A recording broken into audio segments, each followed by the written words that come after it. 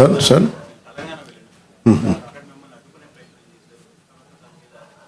Yeah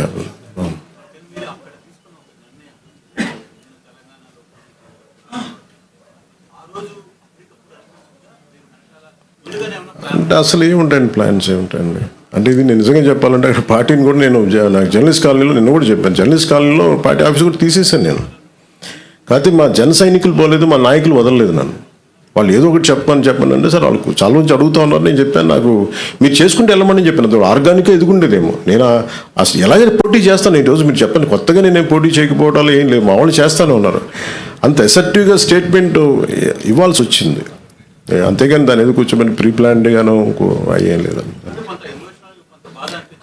emotional ఏముంటుందండి పాలిటిక్స్లో ఒక 2 దశాబ్దాలు తిట్టించుకున్న తర్వాత ఎమోషన్స్ ఏముంటాయి ఇష్టారాజ్యంగా తిడతా ఉంటే ఇంకా భరించడం అనేది ఒక అలవాటు అయిపోయింది అందరికి నాకైతే అలా అలవాటు అయిపోయింది అంతేగాని ఎమోషన్స్ ఏముండవు కాకపోతే ఏమవుతుందంటే మీరు ఏ వాదనైనా పెట్టుకున్నాం ఇబ్బంది లేదు భారతదేశ సమగ్రతను బలహీనపరిచే ఏ విధానాలైనా సరే మేము చాలా బలంగా ఎదుర్కొంటాం అది వ్యక్తి చేయనివ్వండి అంతేగాని కొద్దిమంది వ్యక్తులు చేసేదాన్ని మేము అలాగే సమాధానం చెప్తాం దీనికి ప్రత్యేకించి నాకు తెలంగాణ మీద అపారమైన ప్రేమ నాకు తెలంగాణ మీద అంతేగాని దానికి నేను అది కూడా చెప్పాను కదా మేము ఇక్కడ 10 సంవత్సరాలు కష్టపడితే ఈ రోజున ఇంతమంది ఎమ్మెల్యేలు వచ్చాం అలాంటిది చెప్పాను మా వాళ్ళు పని చేస్తారని చెప్పాను తెలంగాణ కోసం దాని సార్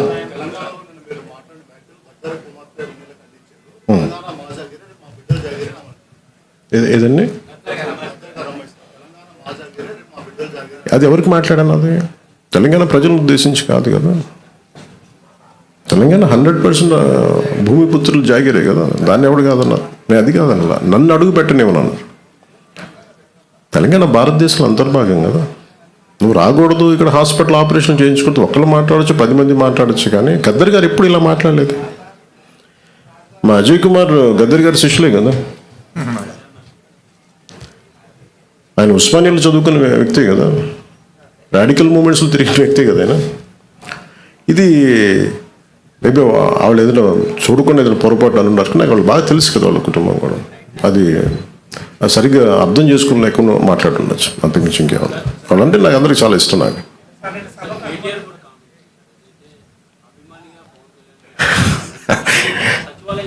కేటీఆర్ గారు నాకు చాలా మంచి బ్రదర్ కైండ్ రిలేషన్షిప్ మా ఇద్దరికి అనేక సందర్భాల్లో కలిసాం మా ఇద్దరికి చాలా పరస్పర ఇష్టాలు ఉన్నాయి పాలసీల్లో ఒక మాట అటు ఉంటుంది ఇటు ఉంటుంది కానీ ఆయన ఏమన్నారు నేను చూడలేదు నాకు తెలిసి ఆయన తప్పుగా ఏం మాట్లాడుకుంటారు నాకు తెలుసు అదే అనుకుంటా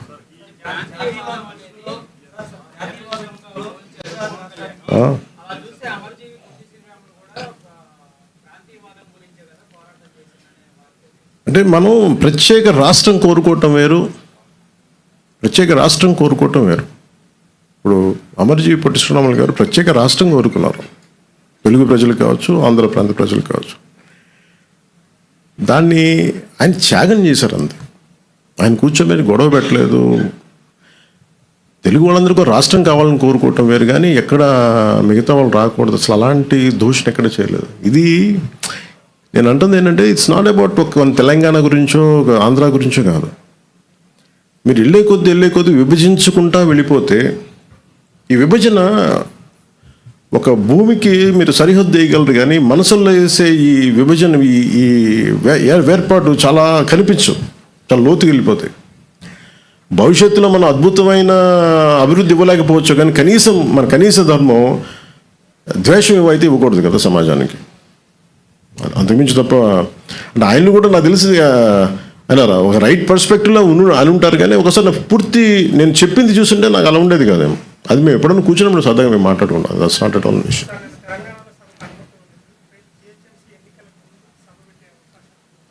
ఎంతకాలం ఆపుతారు సార్ ఎక్కడైనా సరే ఇప్పుడు ఇలా అయితే మీరు నాకు తెలిసి తెలంగాణ అంతా కూర్చోబెట్టి తెలంగాణ నిజంగా చెప్పాలంటే తెలంగాణ పోరాట స్ఫూర్తి చాలా ఎక్కువ ఇప్పుడు నేను కూర్చోబెట్టి ఇక్కడున్న మా నాయకులు ఎవరు పోటీ చేయట్లేదు కదా ఇక్కడున్న ఆంధ్ర నాయకులు ఎవరు ఎక్కడ వెళ్ళట్లేదు అక్కడ కూర్చున్నది పూర్తి తెలంగాణ బోర్న్ అండ్ బ్రాట్ అది పూర్తి నేలబిడ్డలు అక్కడ భూమిపుత్రులు వాళ్ళు పోటీ చేస్తారంటే ఆపేది ఎవరండి వాళ్ళు సభ పెట్టుకుంటారంటే ఆపేది ఎవరు ఎంతకాలం ఆపగలరు ఇస్ ఇట్ యాంటీ కాన్స్టిట్యూషనల్ కదా ఈవెన్ తెలంగాణ పోలీసు కూడా అదే చెప్తారు కదా, ఒకరోజు ఆపగలరు, 2 రోజులు ఆపగలరు, కానీ అలా తెలుసు అది ఎక్కడ ఆప్ చేయలేదు, జరగదు కూడా.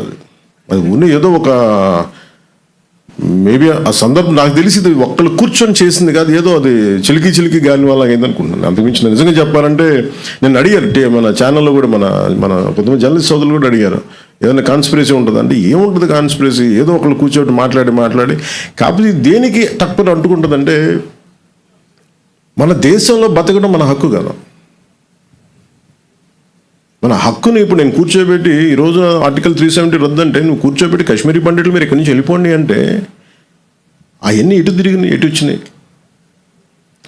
అలాంటి కొద్దిమంది మాట్లాడటం దేశానికి శ్రేయస్కరం కాదు. నాకేదో జరుగుద్దని కాదు, నాకేం జరుగుద్ది, నాకు దాని గురించి అసలు ఇబ్బంది లేదు.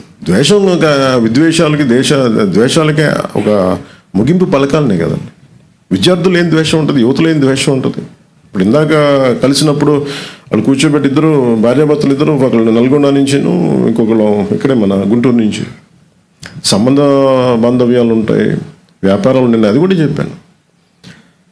ఆంధ్రాకి వచ్చి ఎంతమంది 2014 నుంచి 24 దాకా, ఇప్పుడు నాకు తెలియదు కానీ నా కాంట్రాక్ట్స్ నేను చూడను, కానీ 14 నుంచి 24 దాకా ఎంతమంది తెలంగాణ కాంట్రాక్టర్స్ ఇక్కడ కాంట్రాక్టులు తీసుకున్నారు. అలాగే తెలంగాణలో ఎంతమంది ఆంధ్ర కాంట్రాక్టర్స్ అక్కడ కాంట్రాక్టులు చేశారు. నేనేమంటున్నానంటే, ఇవన్నీ మీరు జరుగుతున్నప్పుడు ప్రజల మధ్య ద్వేషం దేనికని అవి తీసుకురాకండి. ఒక కైండ్ ఆఫ్ రిక్వెస్ట్ అది. సార్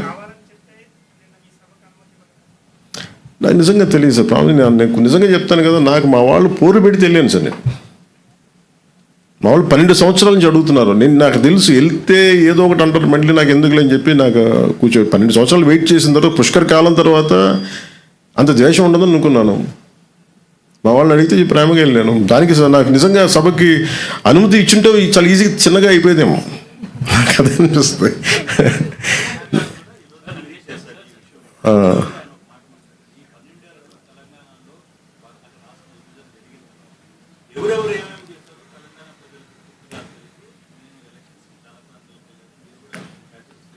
నేను మహారాష్ట్రకి వెళ్ళాం సార్, తమిళనాడుకి వెళ్ళాను. ఇంకా తమిళనాడు ఇస్ మోర్ వోలటైల్ కదా అలా మాట్లాడాలంటే. మురుగన్ మానాడికి వెళ్ళాను, దాదాపు 10 లక్షల మంది ప్రజలు వచ్చారు. I was chief guest there. అక్కడ కూడా ఒక పర్మిషన్ ఇవ్వలేదని కోర్టుకి వెళ్ళి తెచ్చుకున్నా. అసలు రూలింగ్ గవర్నమెంట్ ఎప్పుడు కొంచెం పెట్టద్దు. నాకు ఇక్కడ కాంగ్రెస్ గవర్నమెంట్ పని కట్టుకొని చేసిందా అని నేను అనుకోవట్లా.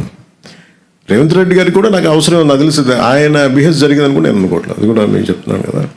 కాదు ఇక్కడ ఏముందంటే, Congress as a party, Indian National Congress, ఇప్పుడు ఉదాహరణకి మీరు ఇప్పటంలో రోజు మనోహర్ సార్ కూడా ఉన్నారు అనుకుంటాను, కాంగ్రెస్ మన గాంధీ గారి విగ్రహాలని, నెహ్రూ గారి విగ్రహాలని, ఇందిరాగాంధీ గారి విగ్రహాలని బస్సులు కూల్చేశారు.